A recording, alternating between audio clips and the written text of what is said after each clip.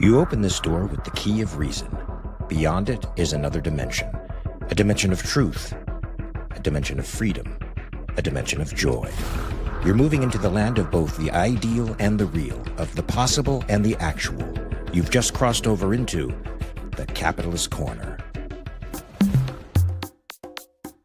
Where reason meets reality, welcome to the capitalist corner.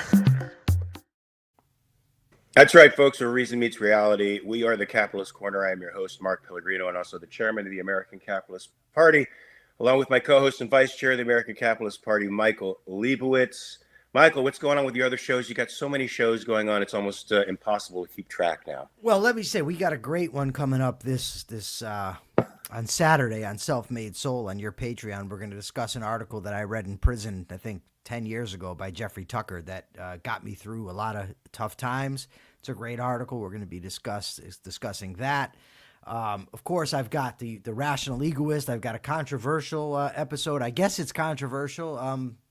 Who knew that just, giving constructive criticism could be controversial, but evidently it can, where I address two articles written by Dr. Leonard Peikoff. That's out on the Rational Egoist right now. I've got a great one coming out, Rational Egoist, on Thursday. So we got some good stuff going on. Yeah, so I want to touch on that a little bit because it looks like we started a bit of a firestorm in the executive.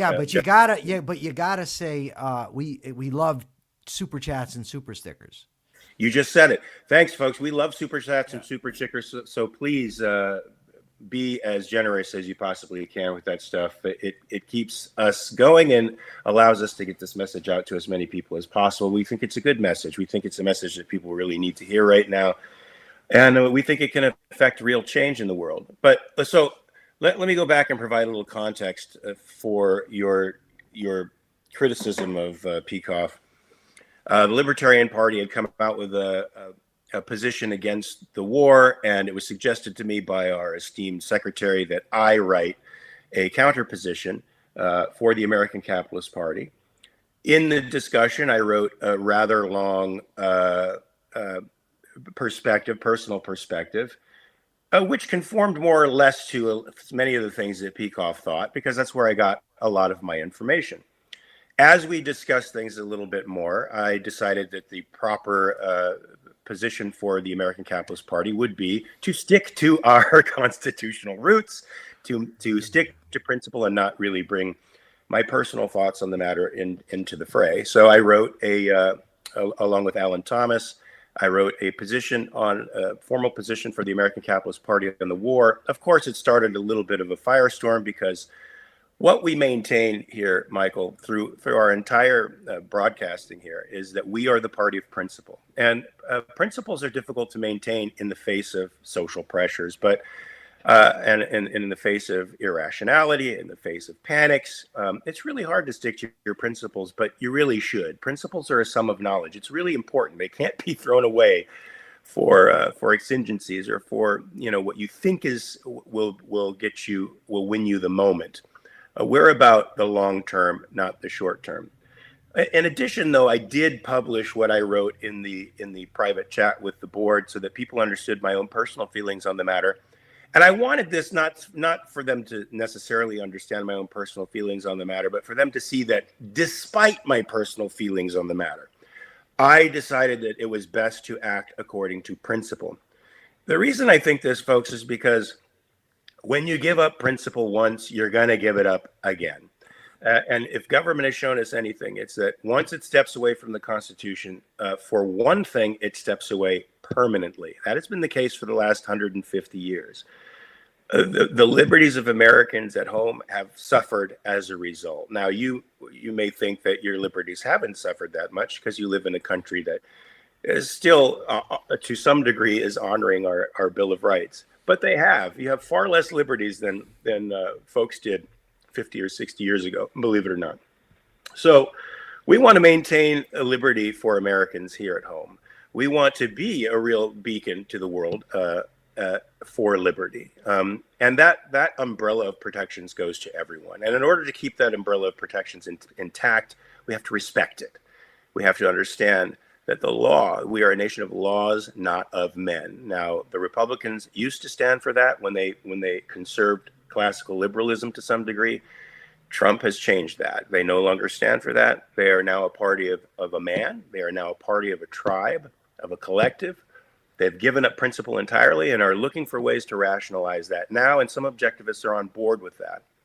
It is ironic, Michael, to me, that many of the people who claim you and I are looking at the Constitution as if it is a biblical text are the very same people telling us to read Peikoff. Of course, we've done that years and years ago. We've done. Well, I didn't read it years and years ago. Well, I did, but they're telling us to read Peikoff as if it is words from the sage himself, as if he is a Christ-like figure, and whatever knowledge he's dispensing, we have to accept, throwing away the principle of introspection, throwing away the principles of reason. And that's what we're obligated to do, folks. No matter how much respect we have for a person, we are obligated to think through what they say and parse for ourselves whether or not what they say is true. Now, Michael did a show on the rational egoist. I thought it was a very good show. I thought he made very clear that he was critiquing a hero of his. And what it amounted to, Michael, was you basically calling out the facts that Peikoff based his conclusions on as not true. So go into that, Michael, because I think it's very important. First, I want to state my position on this. I hold unequivocally that the Islamic regime in Iran, they're evil. I also hold that they have attacked American interests in the past, and they likely would attack us, our interests in the future. When I say attack us, they've never actually attacked the American homeland. They've never actually attacked American soil, but they have hit, they took the students with the approval of the government took the hostages in Iran. They hit the barracks in Lebanon. They hit the Khobar Towers. They attacked U.S. soldiers in Iraq. All that's accurate. So my position is essentially, but now what's unclear to me, because of our own intelligence, our intelligence has said that they have not started back their nuclear weapons program. And our intelligence said that there's no evidence that they plan on attacking us preemptively. There's also an IA, International Atomic Energy report that says that they've enriched uranium up to 60%, which of course is beyond what's normal for civilian uses. That's true. But I can't just accept one intelligence report without the other, right? I'm not selective. I don't trust any of them for face value. So for all I know, they're all wrong. But if I'm going to cite the 60% claim from the International Atomic Energy Agency, I also have to look to the American intelligence. That just seems reasonable to me. So my position is this. First of all, it's not an absolute emergency that we did this right now. There was time to move assets to the Middle East. There was time to make a warning, a time to promise the Iranian people were coming to help. All that said, going to war without congressional approval violates the Constitution. The Constitution is our founding document. It is the rule of law. The rule of law is the precondition for a free society. Now, people say, but the Constitution's flawed. Okay, let's focus on what we're talking about here.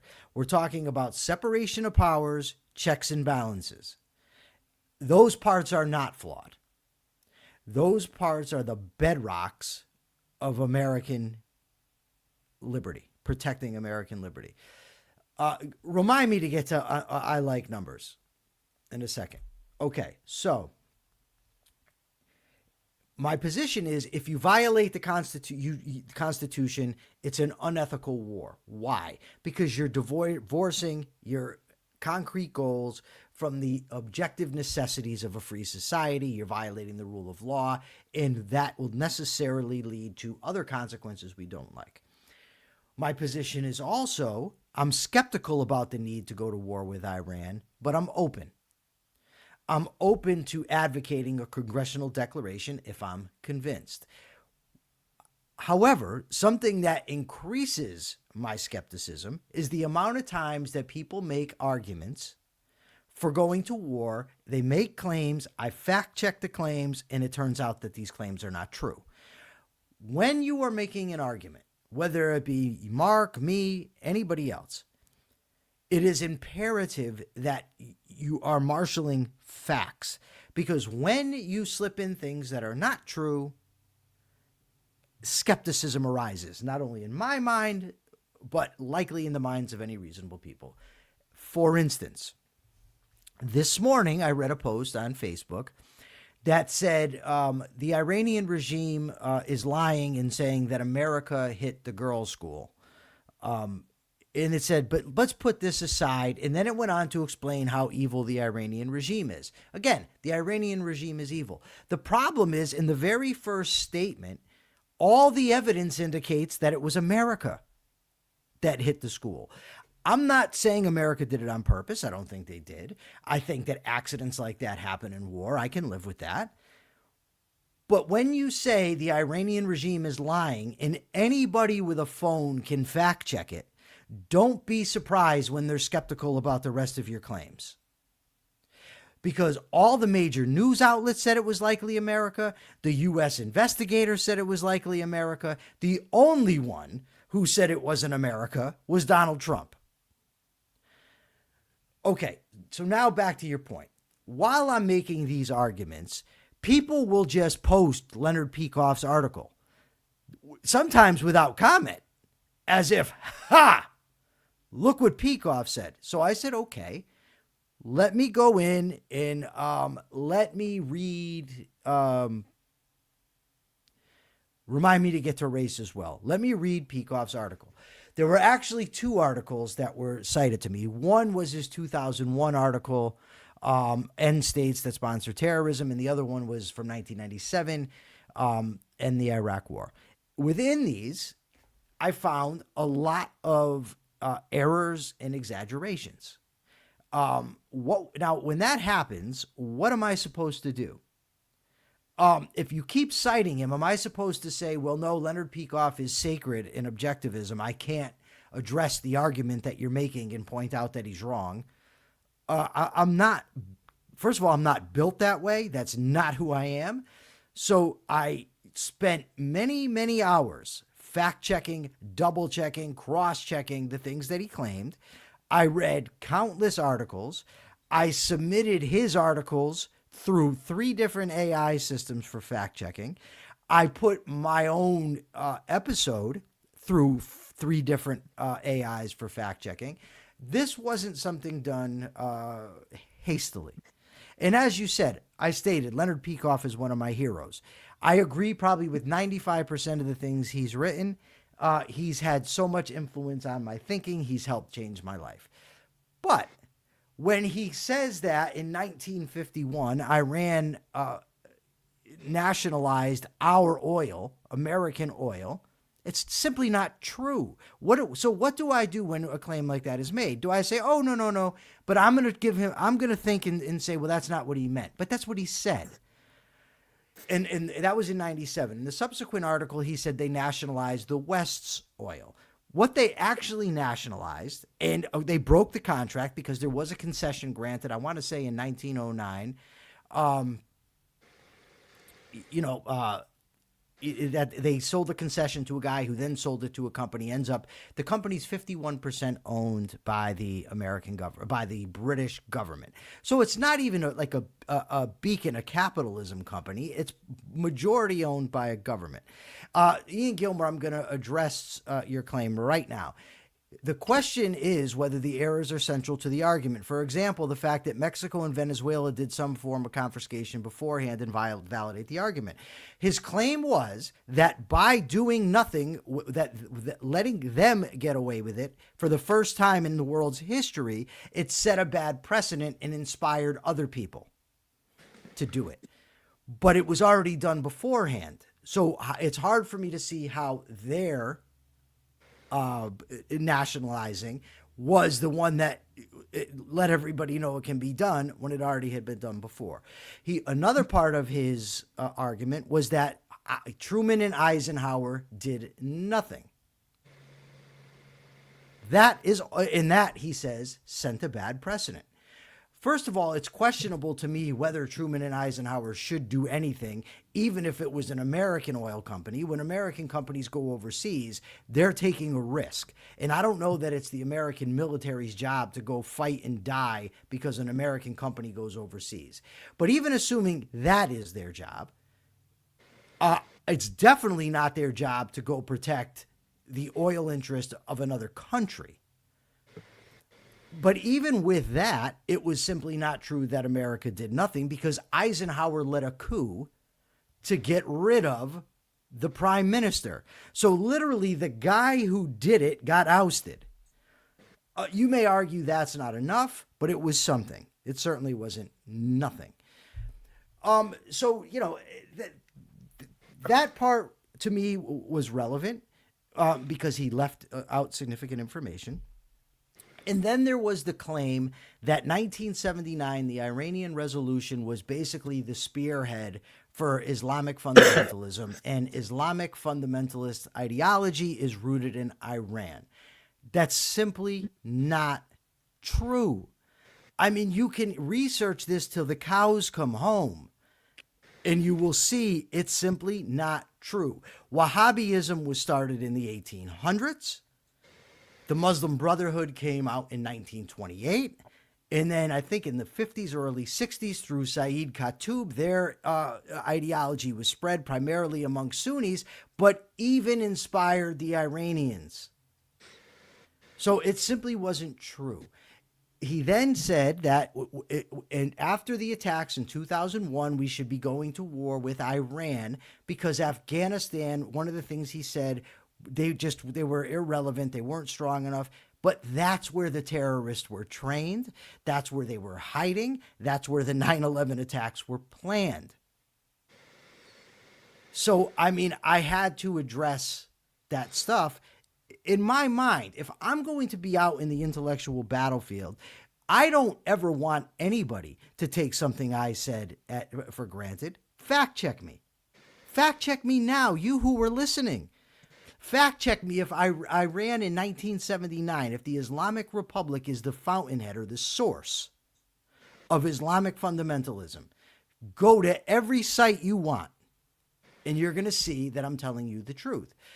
And then he made a prediction that if we don't attack Iran now, 2001, we're going to face mass casualties. We're going to have mass casualties in America.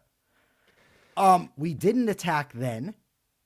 We didn't face mass casualties. Now, someone might say to me, well, yeah, but, you know, he didn't say when the mass casualties would be.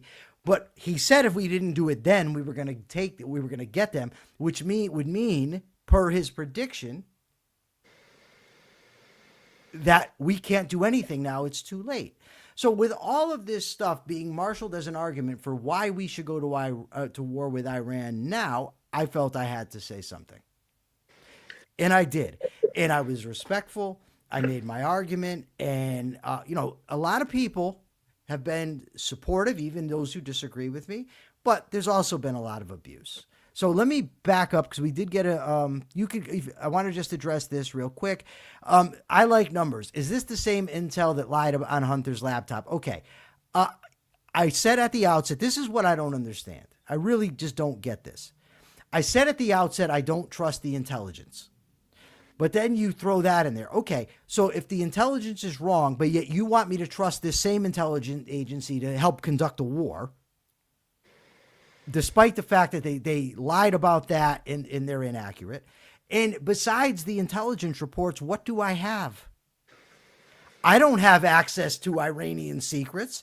I'm not in Iran, and even if I were, I wouldn't know what the hell I was looking at. So I have nothing else to go by.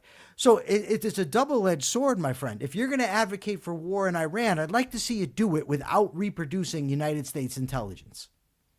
For instance, the claim that Iran backs Hezbollah and backed Hezbollah's attack on the United States in 1983, where do you suppose that information came from? How do you think you know that? It's from the media that you don't trust. It's from intelligence agencies you don't trust. How do you know Iran hit Americans in Iraq during the Iraq War? I mean, you're relying on these things. So if you're going to tell me don't cite them because the conclusion goes against what you want, then don't cite them when the conclusion goes for what you do want. Okay, so now I want to address Race's quick question.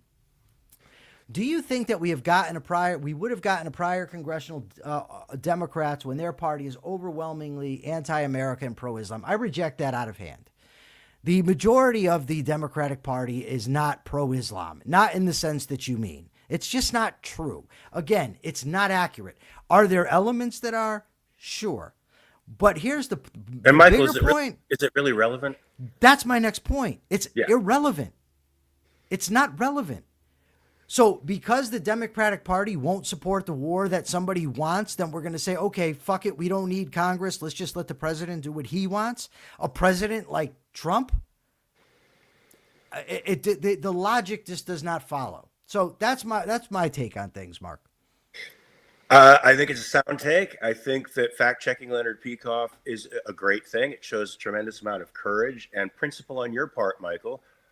Because a guy is a bit of an icon to us, I know without Leonard, I don't think I would be in the place I'm in right now.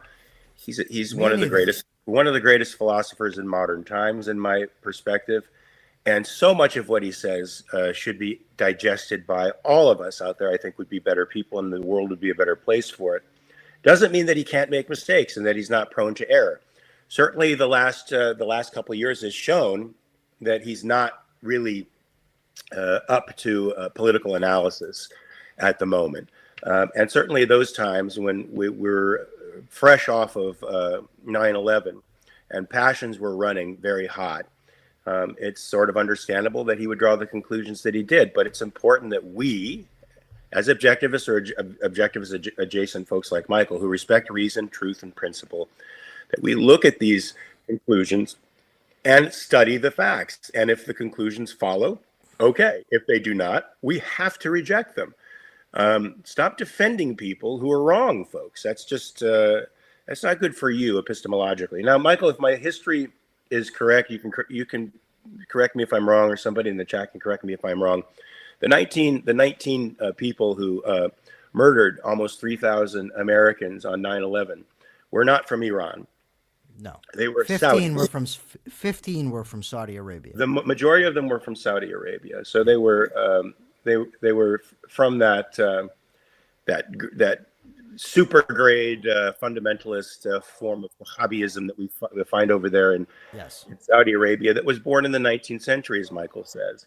To me, the intellectual font of fundamentalist Islam was started with Hassan al-Banna, with the Muslim Brotherhood in the 1920s, as you said, Michael, and it was spread by Sayyid Qutb. He was the primary intellectual. He was like the Immanuel Kant, if you will, of the Muslim Brotherhood's ideas. He had gone to the West. He hated the degradation that he saw in the West. He came back and he imported this version of Islamicism that took hold. Now, this starts in Egypt, folks. Egypt, not in Iran. Iran did, I think, translate his works into Farsi, and of course, they were heavily influenced in a lot of ways by what the Muslim Brotherhood wanted to do. And let's not forget that Hamas is Muslim Brotherhood, and largely ISIS and these people are influenced by the nationalistic strain, the imperialistic strain of Islamicism that the Muslim Brotherhood endorses. If you want to look for the font, the source, the philosophical source of this radical Islamicism that we're seeing out there, that is a scourge to everyone, not just the West, but to the people who are trapped within these societies, then these are the people you have to look towards. These are the people, folks. So let's keep our eye on the prize, all right? And let's also keep our eye on the principles of the separation of powers, because, Michael, we're going to be talking about the flip-flopping of Trump, the insane flip. You're on mute. Okay. Yeah. So part of the reason that I'm skeptical is the guy who's at the helm right now, Donald Trump. So let's just take a look at some of the things he said recently. Yeah, please. Thank you. Mr. President, you've said the war is, quote, very complete, but your defense secretary says this is just the beginning. So which is it, and how long should Americans be prepared Well, I think for you could this war say to it last both. for? It's the beginning of building a new country, but they have no Navy, they have no Air Force, they have no anti-aircraft equipment. It's all been blown up. They have no radar. They have no telecommunications. And they have no leadership. It's all gone. So, you could look at that statement. We could call it a tremendous success right now as we leave here. I could call it, or we could go further, and we're going to go further. But Okay. The war is over. The war is just beginning. Trump is asked, and he says it's both.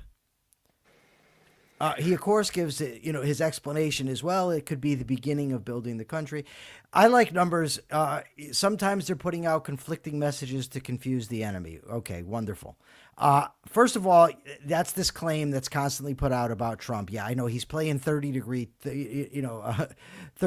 chess, 30-dimensional chess, and we're all just idiots watching it go by. It's not that he's the moron. By the way, this is not new. This style of talking for Trump is not new. So it's not that he's just doing it now because we're at war and he wants to confuse the enemy.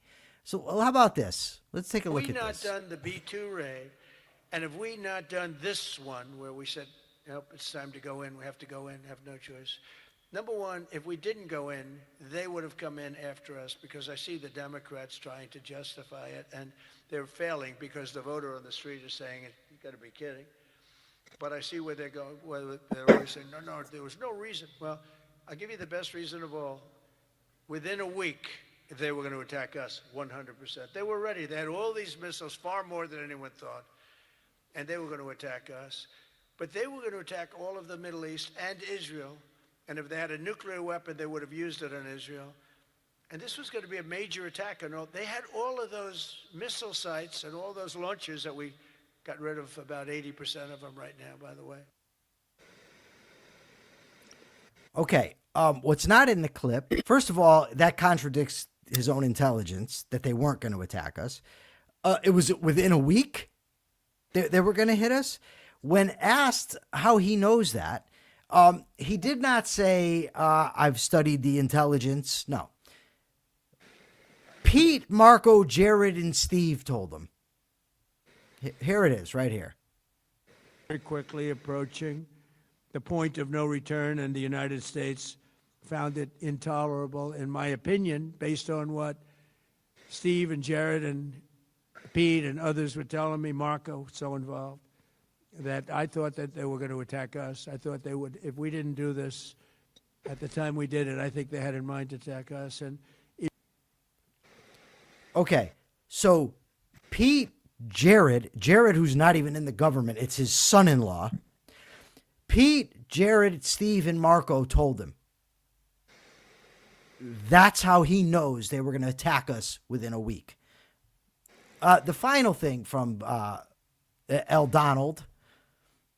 You just suggested that Iran somehow got its hands on a tomahawk and bombed its own elementary school on the first day of the war. But you're the only person in your government saying this. Even your defense secretary wouldn't say that when he was asked, standing over your shoulder on your plane on Saturday. Why are you the only person saying this? Because I just don't know enough about it. I think it's something that I was told is under investigation. But tomahawks are used by others, as you know. Numerous other nations have tomahawks. They buy them from us. But I will certainly, whatever the report shows, I'm willing to live with that report. Yeah, please. Okay, so when asked why he's giving conflicting information than the rest of the government, he says, because I don't know. Dude, I can't take it anymore. I can't take it anymore. Ian says there's no actual content to Trump's speeches. It's true. And Michael, I defy you to listen to one of the articles you sent me as opposed to reading it, because when you actually listen to this guy bumbling around, it becomes impossible to follow a train of thought. There is no actual train of thought going on. So I wanted to... It's 4D chess, dude. Yeah, it's 4D chess. I just want to say to some of the folks that think he's playing 4D chess, sometimes a cigar is just a cigar, man. Like in acting, I was just acting with somebody recently. Oh, here we go. Oh, no, this is important. I was acting with somebody recently, and I say a line to her, right? And so before I say the line to her, she came up to me and she told me how she was going to interpret the line. And it was a very complicated thing, right? It was this whole backstory behind it. It had all. It was just rife with meaning.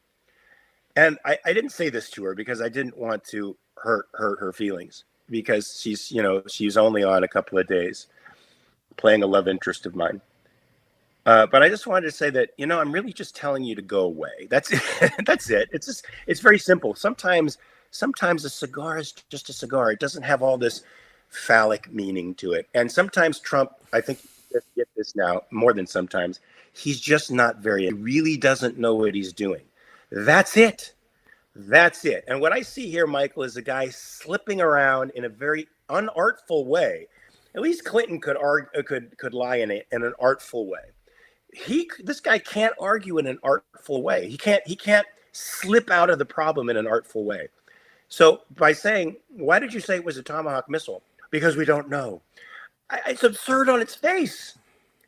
Saying that that he attacked based on the opinions of two people, one not in the administration, another who shouldn't be in the administration, two. Okay. Certainly, Hegseth is a debatable character. So Ian Gilmore says, I hate to defend Trump, but part of it is also the media asking questions that politicians can't answer. No, but he did answer him, Ian. That's the point. He did. Yeah. He should have said, we don't really know what happened, and I can't say anything until the report comes out conclusively. Yeah, you don't give a definitive answer that Iran bombed their own school, and then ask why you said it. You say, because I don't know. That's giving an answer and then giving a dumb answer. Yeah, and Michael, I just want to say, when he says we sell the Tomahawks to a lot of people, here are the powers that have the Tomahawk missile. I want to ask you, how many of them are presently engaged in the conflict? The United States, the United Kingdom, Australia, Japan, and the Netherlands. Yeah. How many of those are presently engaged in the conflict that we have right now? Just the United States. And for the record, again, like you have to say this stuff over and over again. Accidents happen in war. I feel for these girls that got killed. It's absolutely horrible. But in a war, bad stuff happens. I don't think that America did this on purpose at all. Not. But then why lie about it? Yeah, unfortunately, Michael, the media picks out events like this and they try to define the entire conflict by it. And I think the administration feels, defensive, as any administration would, but they don't have the tools to handle this kind of stuff. Because as we've seen, Michael, we are dealing with a president. This is a term that I think every objectivist will know, who operates on the primacy of consciousness. So that's why he's giving us these contradictory messages. All of these things should be true at once, even though they're conflicting, because he feels it to be so.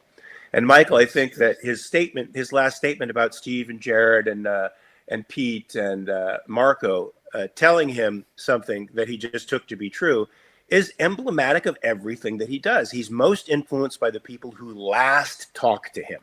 And it's those people who influence him the most. And he will act on the impulse. He will act on the impulse that he gets from the last conversation that he had. I'm hoping that Trump's now waffle, where a week ago he said our terms are unconditional surrender. Now he's saying we're pretty much done here, foreshadowing to the regime that America is starting to lose heart, Michael. That maybe we're not committed to regime change like we thought we were. So to me, that's right. This is from The Hill, right? Trump said he was disappointed. He said Trump told reporters during a news conference on Monday that he likes the idea of internal regime change because he said it works well. Trump said he was, quote, disappointed with Iran's so-called Assembly of Experts electing Mojtaba Khamenei as the new leader, but he added the country should install a new president, a role currently held by Masoud Pezeshkian, a relatively reformist figure elected in 2024. Walking back earlier calls for an overthrow of the Islamic Republic, Trump said he wants to work with someone inside the current regime in a manner similar to how he's handling Venezuela, where Trump took out the country's president but kept the regime in place when they acceded to U.S. economic demands. This is what he said. I think we've proven that so far. In Venezuela, we have a woman, Delcy, the communist, Delcy. who has been president of the country, very respected, doing a great job, the communist. And it's, no disruption. We had, as you remember, Iraq, where everybody got fired. The military got fired. The police got fired. The politicians got fired. There was nobody. And you know what they turned into? ISIS. And we don't want that. We don't want that. So I would like to see people that are inside. Okay. I want all of the supporters of the war who don't think that it should even be questioned. Are you satisfied with that? Because that is entirely predictable. It's not like that's something you're like, oh my God, I can't believe he's doing this now. One of the reasons I am very skeptical about the war is because of the guy running it. The guy who's going to make the decision when it ends. And he's already saying he wants it to be somebody inside. Is that what you were supporting? Michael, Hold on. I just want to say one last thing, Mark. If so, please show me all the advocates, all the people gung-ho about the war who have been telling me what a dummy I am. Were you expecting Donald Trump to come out and say, and would you have approved of it? Is this what you wanted, that we're going to keep the current regime in place? I said this on ARC UK when all those guys were claiming to get behind Trump because he's doing the right thing this time. I'm like, he's not your friend. He's not guided by principles. This will change tomorrow. I mean, Michael, how do you think the Venezuelan diaspora feels about this? Because they came out in droves all over the world, so happy that Trump was going to push regime change in Venezuela, that he was probably going to install Machado or the person who was legitimately elected before Maduro came in and sabotaged that. And what does he do? He endorses the installation of the former intelligence operative under Chavez and Maduro. This woman who he claims is great was responsible for putting down dissidents, for arresting them, for executing. Oh my God. She's one of the worst human beings on the planet. But because she's getting along with Trump and how is this an argument? Trump, how is this an argument? It hasn't failed yet. It's a commie regime, dude. It's the same regime. Is that a success? It's the same regime that bankrupted Venezuela in the first place. And you think, look, they've already tried to skirt oil tankers past the barricade there. They've already tried to double deal in the United States. Communists are not honest. Listen, taking an unconstitutional action to keep a communist government in place is a failure. The Iran plan hasn't failed yet. Okay, first of all, what plan? Which one?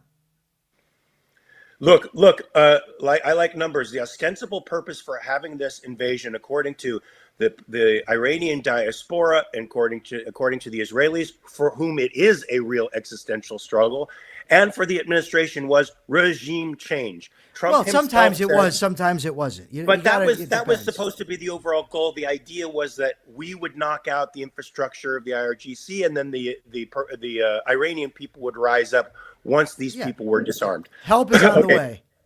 Help is on the way. The whole time he's given them hope that he would take out the regime. Now, actually before then, Michael, he wanted to negotiate with the mullah. He wanted to negotiate with Ali Khamenei to get a nuclear deal with him. That should have told the Iranian diaspora that this guy was not serious about regime change. And now he's walking back those comments of only a week ago to say, I'm ready to deal with whoever they haven't. This is a guy who doesn't have principles. He started the peace board, and he has Belarus and Russia on the board. I mean, it's the most ridiculous thing in the world, folks. You cannot negotiate with people who do not hold freedom and individual rights as a value. You can't have them on any board negotiating for a government or making up a part of a coalition government, because the good will lose. Just like any decent semi-free country in the UN will always lose when it compromises to a state like Belarus or Russia.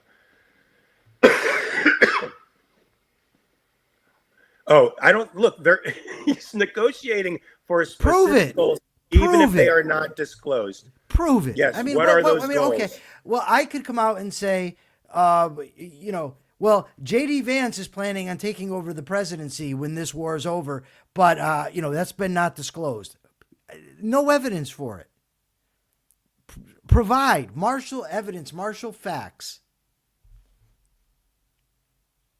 Yeah, I think what we can tell from the outside, I like numbers, is that Khomeini wouldn't even take part in the negotiations. I like numbers. That's not the point. The point is that he offered the negotiations to begin with. The point is that he was willing to negotiate with Ali Khomeini to begin with. That should trouble you. The fact is, in Venezuela, he allowed a communist to be installed who worked for the Chavez regime and for Maduro.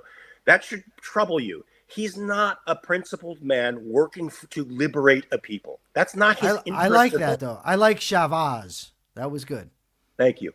Chavez. He's not about that. He's not about that. It's not, and it's irrelevant whether Khomeini would take it or not. They're still trying to deal with these people. I saw Stephen Witkoff on a news show the other day talking about how they're still negotiating with these Iran folks and still trying to get them to accede to the idea that they cannot enrich their uranium anymore. It was flat out rejected by the Iranian negotiator. Of course it is, but we shouldn't even be sitting down at the table with these people. If Trump had a scintilla of principle, he wouldn't be sitting down with these people. And the fact that he is still trying to negotiate with them sends signals to the current regime that we're no different than we've been over the last 50 years, that we're really not serious about taking out this regime. Israel is, we are not. And Michael, this reminds me of something that happened right after 9/11. I had a friend who was right on the cusp of military service at the age of the cutoff age. He was 35 years old. He called me and he said, "Mark, I'm so incensed by this. I'm thinking about joining the military." I actually told him at the time, 2001, I said, don't. Because you're going to be a pawn in a political game that's way outside your control. And the intent of the military will not be to defeat the enemy. It simply will not. And I don't want to see you caught up in the gears of those machinations. I said, to be honest with you, I would probably join the IDF before I would join the United States military. Now, I wasn't knocking the military itself, but the policies that those men and women are forced to abide by, which makes winning war an impossibility, to be honest with you. And all of these political considerations come before the lives of the men and women on the ground. That's not necessarily the case with the IDF, even though they've been held back by the United States quite a bit. They do have their existential lives are at risk with these powers that are encroaching on them and on their borders. So they have a much more clear-minded perspective about how to conduct these wars than the United States does.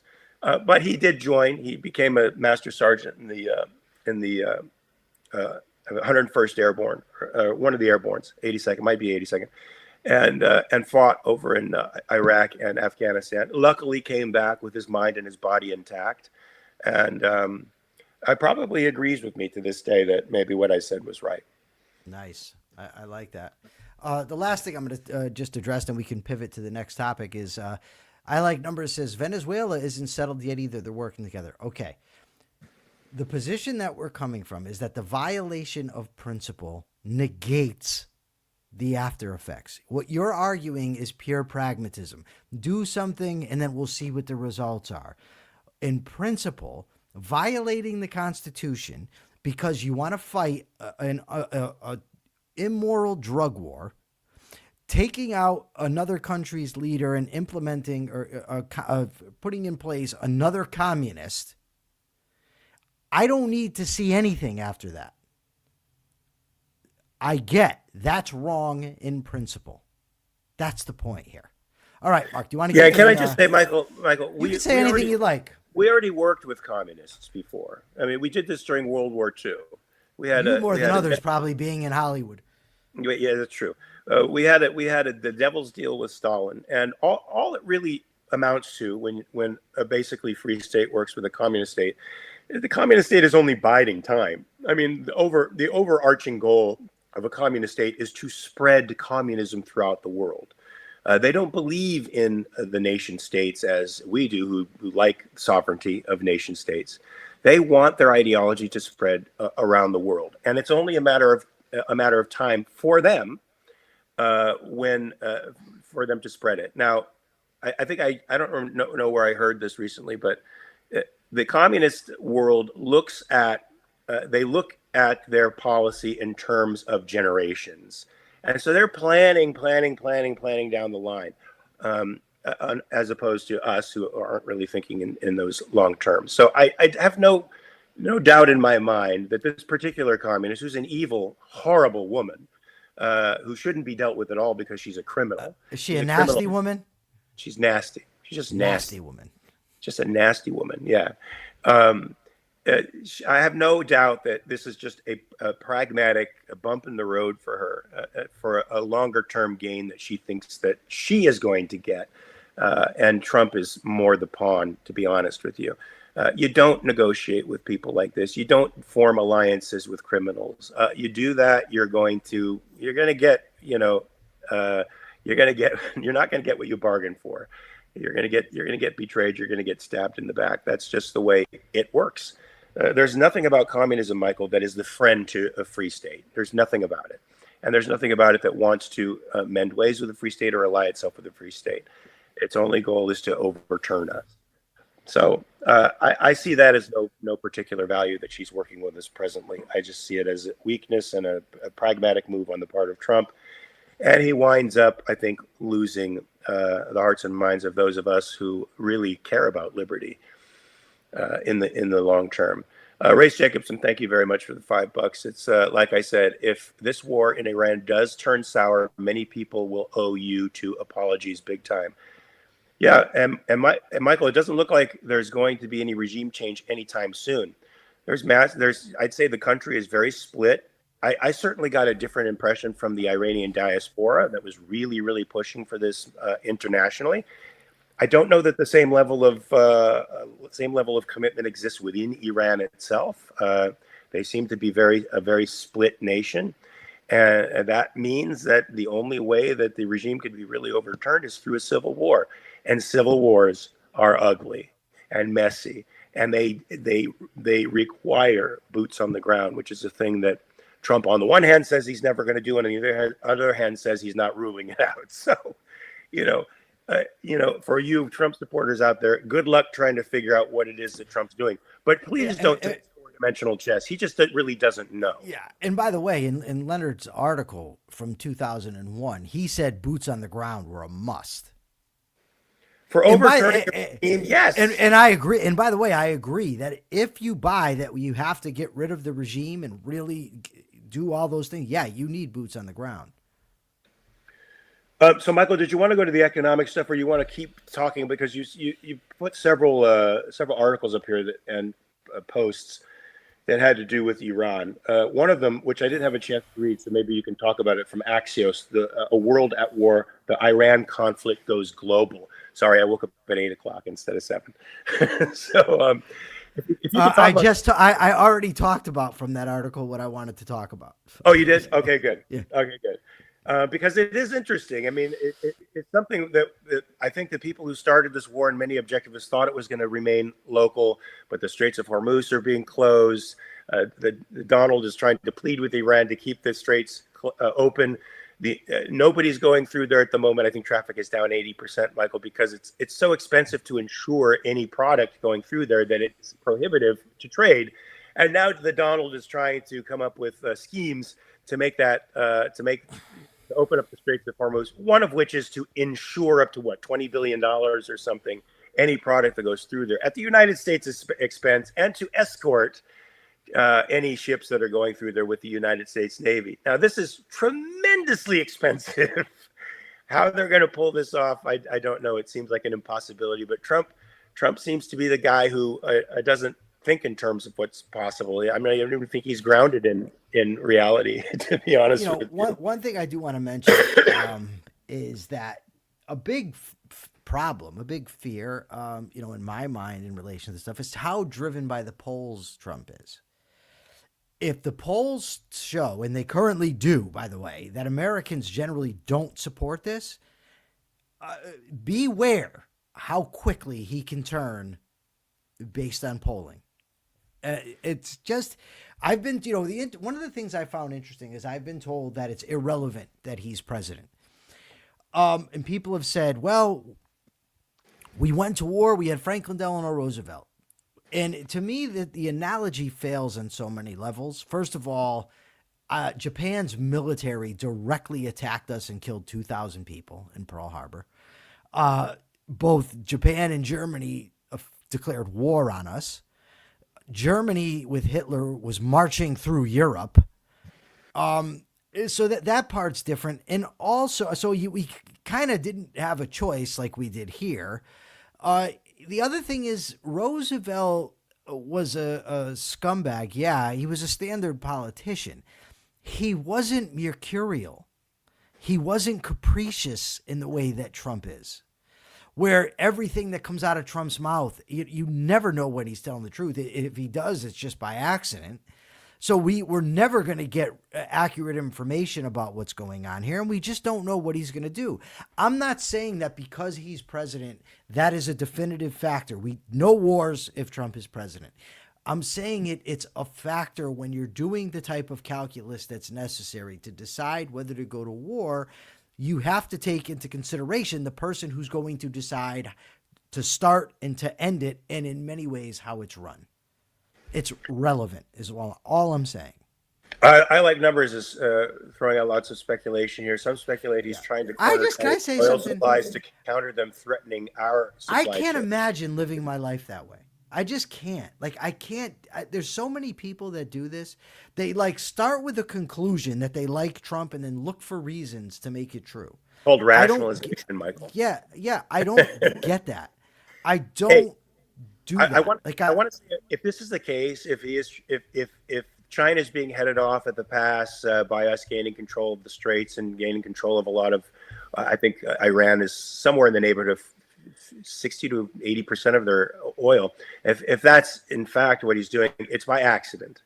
I don't think he had any long-term goal of countering China in that respect. He does not think beyond the range of the moment, regardless of what his supporters say. He's not playing 4D chess. Sometimes a cigar is just a cigar. Sometimes how about this? Let me just tell you. So how about this, though, Mark? Sorry to interrupt you, but from that article you cited, Russia's been sharing satellite imagery of U.S. warships and aircraft with Iran. The Washington Post first reported, helping Tehran target American forces across the region. It doesn't sound...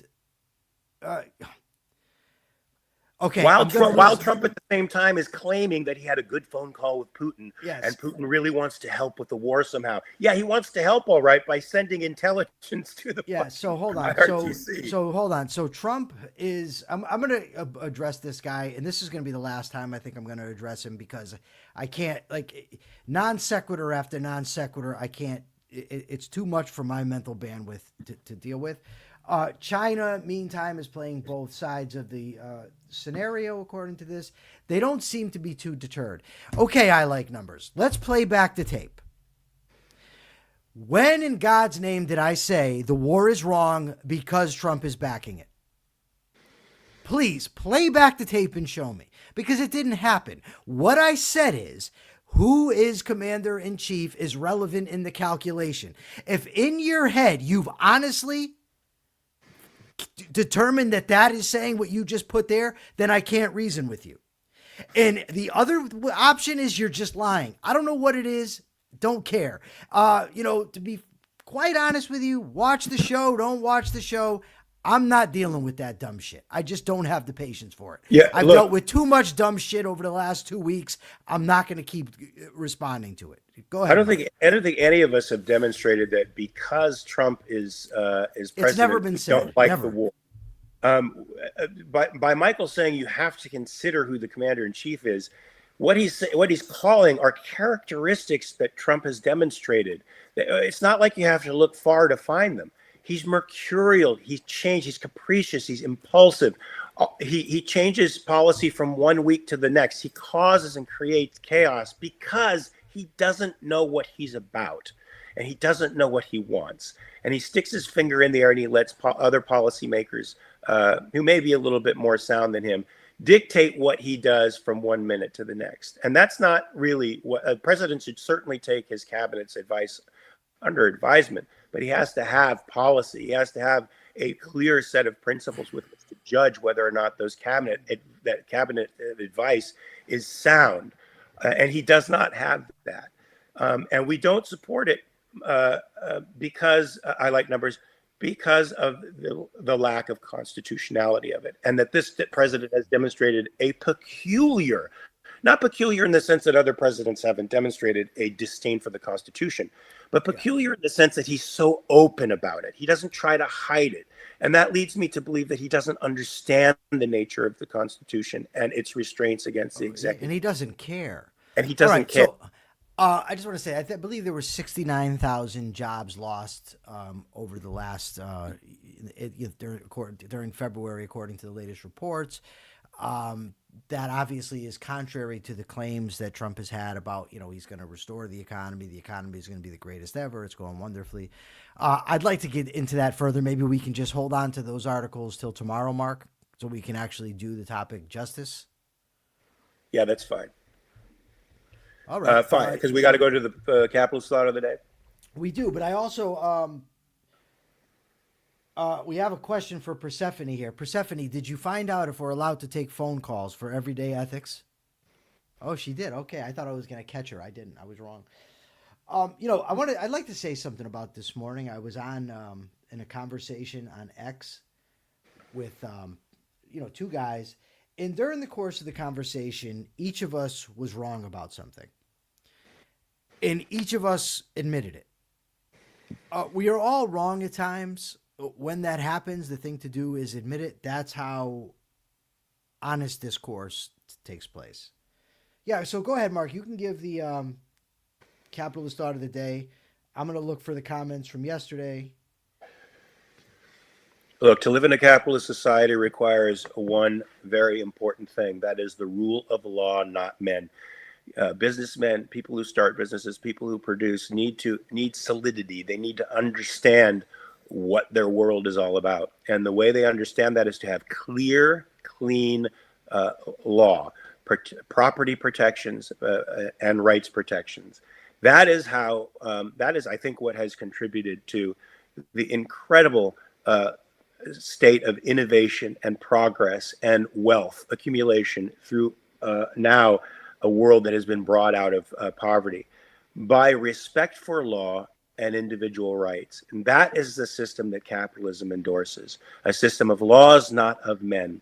Through that solidity, we are able to innovate and produce and keep what we own and become rich. Not just the people at the very top producing, but also those producing at the bottom of the economic rungs. For those people, being at the bottom is just a temporary space, folks. They always move up if they are allowed to. And in a capitalist society, they would be free to. That's my thought for the day. Thanks, Mark. So the question yesterday was, how do you deal with anxiety? So we have from Megan Ribbons, I applaud anyone who refuses to back down from a conflict because of fear. Speaking for myself, there are definitely conflicts I pass on due to limited bandwidth. I think it's okay to weigh the increased clarity debate can give versus the cost to motivation and momentum. Teresa Shanti99 said, this is a recent development in how I deal with my anxiety, and it has happened because of the time I've been spending going for walks with a neighbor's dog. I realize the way I speak to her is calming, reassuring, and very sweet, a lot different from how I often speak to myself. And Jenna Kleem says, I deal with anxiety by identifying what I can and cannot control. My question to the audience, please go to YouTube and answer the question. When you comment on YouTube, it really helps us out with the algorithm. The question I have is, do you find it difficult to admit when you are wrong? Do you find it difficult? Please go and answer it. Now, Mark, you could take us out. Yeah, folks, we're going to be here tomorrow, same bat time, same bat channel, 9 a.m. Pacific, 12 p.m. Eastern time. We'll have more topics to discuss. We'll spread the great word of individual rights, and we will continue to stand for principle over people, folks. And I think that's the strong point of the American Capitalist Party. I think that's a strong point of Michael and I here. And we will stand against anybody, folks.